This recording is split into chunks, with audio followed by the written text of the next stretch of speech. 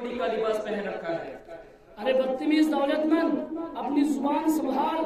क्या तेरे लाखों का कपड़ा कभी मांगने भी गया हूँ? खुदा ने जिस हाल में रखा है खुश हूँ, आराम में हूँ। और सुन, तू यूं मुल्ला मुल्ला करके मजाक बनाना चाहता है, उलमा के लिबास और तहजीब को देख चुका लगाना चाहता है। लेकिन सुन बदनसीब दौलतमंद, फानूस बन के जिसकी हिफाजत हवा करे, वो शम्मा क्या बुझे जिससे रोशन खुदा करे। वाह, क्या शायरी करते हो मुल्ला जी। बताओ, क्या रमजान के महीने में हम लोगों के पास भीख मांगने नहीं आते हो?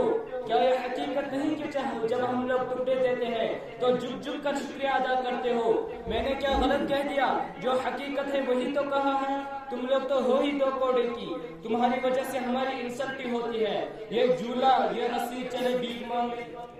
मुझे बहुत अफसोस हो रहा है तुम्हारी जहालत पर। पहले तो मैं समझता था कि तुम सिर्फ मगरूर हो, मगर अब मालूम हुआ कि ठीक जाहिल भी हो।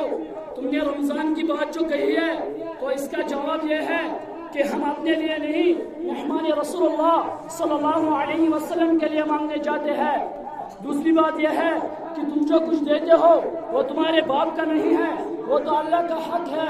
अल्लाह से दुआ करो कि अल्लाह मेरी दौलत में काल पड़ जाए ताकि हम लोग तुम्हारे दरवाजे पर थूकने न जाए। तुमने कभी देखा है गरीबों से मांगते हुए, बेवाओं से मांगते हुए? हरगिज़ नहीं। हम सिर्फ उससे वसूल करते हैं जो साहिब निसाब हो। तुम चंदा को हंसते हो।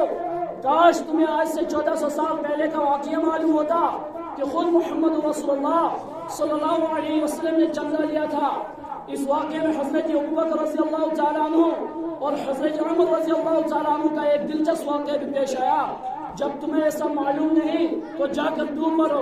अरे सब पता है। क्या रसूलुल्लाह सल्लल्लाहु अलैहि वसल्लम भी झुक झुक कर शुक्रिया अदा करते थे? बड़े चले हैं तारीफ बताने वाले। जरा देखिए आप लोग भी मुल्ला जी को बड़े काबिल बनते हैं। अरे भाइयों, ये लोग तो पूरी समाज को गंदा करके रख देते हैं। अब तो समाज और सोसाइटी इनसे पनाह जाती है कि एक खाली हो। बाहरी आफत बनी हुई है ये लोग। तुमने झुक झुक कर शुक्रिया अदा करने वाली जो बात कही है तो वो किसी दर्जे में हकीकत है कि जाहिल किस्म के मौलवी ने तुम मालदार लोगों का शुक्रिया अदा कर करके दिमाग खराब कर दिया है। मुझे देख, कभी भी तूने मुझे झुकता हुआ पाया है? याद रख, जो वाकई खान में दीन होंगे वो अखलाक जरूर पेश करेंगे, मगर तेरे सामने झुकेंगे नहीं। अरे कितने हैं, दो चार, भला इनसे क्या होता है? एतबार तो अक्सरियत का होता है। तुम झूठे हो, अक्सर ऐसा ना करते हैं और ना इंशाल्लाह ऐसा करेंगे। असल बात यह है कि तुम्हें या तुम जैसी कमीनी सोसाइटी को ये पता ही नहीं कि कुरान क्या कहता है। हदीस में रसूलुल्लाह सल्लल्लाहु अलैहि वसल्लम ने क्या फरमाया है? अल्लाह का इरशाद है, इन्नमा यख्शल्लाह मिन इबादिल उलमा। दूसरी जगह अल्लाह ने फरमाया, कुल हल यस्तविल लज़ीना यअलमून वल लज़ीना ला यअलमून। तीसरी जगह अल्लाह ने फरमाया, फसलू अहल ज़िक्रि इन कुंतुम ला तअलमून। चौथी जगह अल्लाह का इरशाद है, फ़इन तनाज़अतुम फ़ी शैइन फ़रुद्दूहु इलल्लाहि व रसूल व इला उलिल अम्रि मिनकुम। शायद कुरान से पेट भर गया होगा, अब हदीस से पानी पी ले। रसूलुल्लाह सल्लल्लाहु अलैहि वसल्लम ने फरमाया, नबियों के वारिस उलमा है, नबियों ने इल्म दीन को विरासत में छोड़ा है। दूसरी जगह रसूलुल्लाह सल्लल्लाहु अलैहि वसल्लम ने फरमाया, मैं मुअल्लिम बनाकर भेजा गया हूँ। साहबी का एक कौल है कि आलिम दीन को उनकी वो आंखें हैं जिससे वो देखते हैं, आलिम दीन को उनके वो कान हैं जिससे वो सुनते हैं, आलिम दीन को उनके वो पाँव हैं जिससे वो चलते हैं, आलिम दीन को उनका दिल है जिससे सही गलत जायज नाजायज की तमीज कर पाती है। अच्छा बड़ा काबिल है। तो एक बात बता, अगर किसी कम्युनिस्ट ने ये पूछ लिया, अगर अल्लाह मौजूद है तो कहाँ है? ऊपर है, नीचे है, दाएं है, बाएं है, तो तू क्या जवाब देगा? अरे ये तो बड़ा भारी सवाल है, मुझे तो मालूम नहीं कि इसका क्या जवाब होगा। हाँ, हम इतना कह देंगे कि बस हर जगह है, चाहे माने चाहे ना माने। अबे उल्लू गद्दे, ऐसा जवाब देने से भला वो कम्युनिस्ट इस्लाम कबूल करेगा? हरगिज़ नहीं। अच्छा एक सवाल और सुन और जवाब दे। अगर कोई हिंदू कहे कि तुम लोग अजीब आदमी हो, एक लड़की को निकाह पढ़ने से पहले हराम कहते हो, दो बोल क्या बोल दिया कि वो हलाल होगी? भला ये भी कोई बात है? भला दो बोल से क्या होता है? देखिए मौलवी साहब, आप तो बहुत बहरी बारी सवाल कर रहे हैं। भला हम लोगों को इसका जवाब कहाँ से आएगा? इसका तो कोई भी जवाब नहीं दे सकता। वो क्या है मौलाना, आप बता दें तो मेहरबानी होगी। اب آیا ہوں پہاڑ کے نیچے، اب تو سمجھ میں آ گیا کہ ہم لوگ اس 2 پیسوں کے کپڑے میں کتنا کچھ جانتے ہیں۔ سن، جب بھی بادل سے ٹکرانے کی ضرورت پڑی تو ہم ہی لوگ سر پر کفن باندھ کر میدان میں آئے۔ یاد کرو وہ تاریخ، انگریز کا مقابلہ کرنے کے لیے شاہ ولی اللہ، شاہ عبدالعزیز شیخ الہند، محمود حسن دیوبندی، مولانا قاسم نانوتوی رحمۃ اللہ علیہ، شیخ الاسلام مولانا آزاد میدان میں آئے۔ رنجیت سنگھ سے ٹکرانے کے لیے شاہ اسماعیل شہیدہ میدان میں آئے،